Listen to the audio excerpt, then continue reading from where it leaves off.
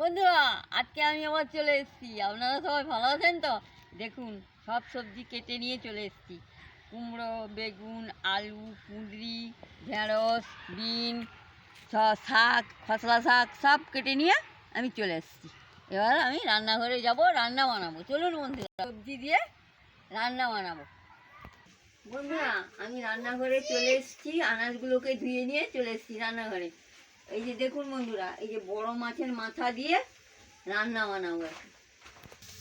এবার আমি আদাটা বেটে নিচ্ছি।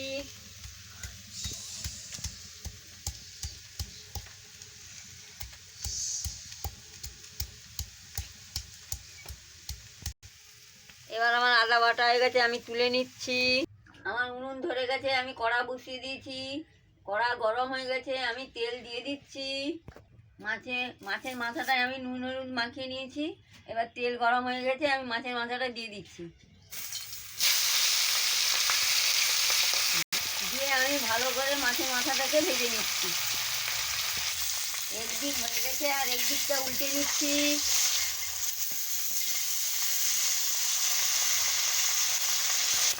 এবার মাথাটা ভাজা হয়ে গেছে, আমি তুলে নিচ্ছি। এবার আমি 5 ফোড়ন শুকনো লঙ্কাটা দিয়ে দিচ্ছি।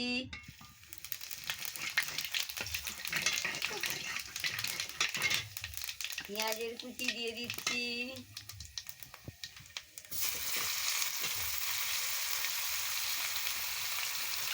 দিয়ে ভালো করে আমি ভেজে নিচ্ছি।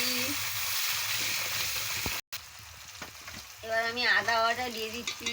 দিয়ে ভালো করে মশলাটাকে কষিয়ে নিচ্ছি।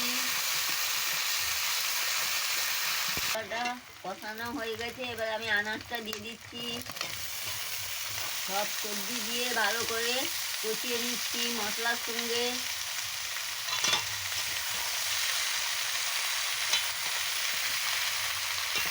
এবার আমি পরিমাণ মতো নুনটা দিয়ে দিচ্ছি। নুনটা দিয়ে ভালো করে আমি কষিয়ে নিচ্ছি। এবার আমি হলুদের গুঁড়োটা দিয়ে দিচ্ছি। দিয়ে ভালো করে কষিয়ে নিচ্ছি।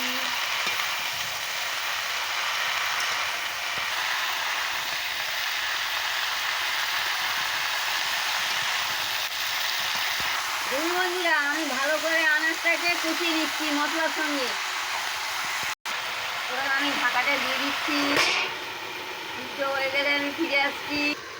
এবার আমি ঢাকাটা খুলে নিচ্ছি। এবার আমি লঙ্কার গুঁড়োটা দিয়ে দিচ্ছি। দিয়ে ভালো করে নাড়িয়ে নিচ্ছি।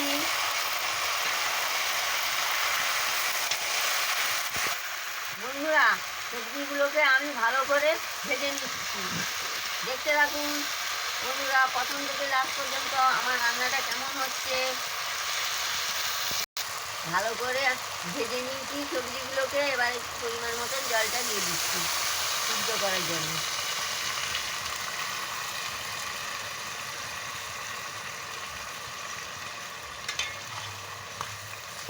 এবার আমি পরিমাণ মতন মিষ্টিটা দিয়ে দিচ্ছি। দিয়ে ভালো করে নাড়িয়ে নিচ্ছি। এবার আমি ঢাকাটা দিয়ে দিচ্ছি। সিদ্ধ হয়ে গেলে আমি ফিরে আসছি। এবার আমি ঢাকনাটা খুলে নিচ্ছি।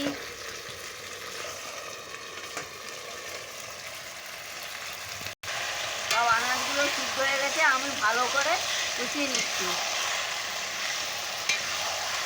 এবার আমি মাছের মাথাটা দিয়ে দিচ্ছি। দিয়ে ভালো করে নাড়িয়ে নিচ্ছি।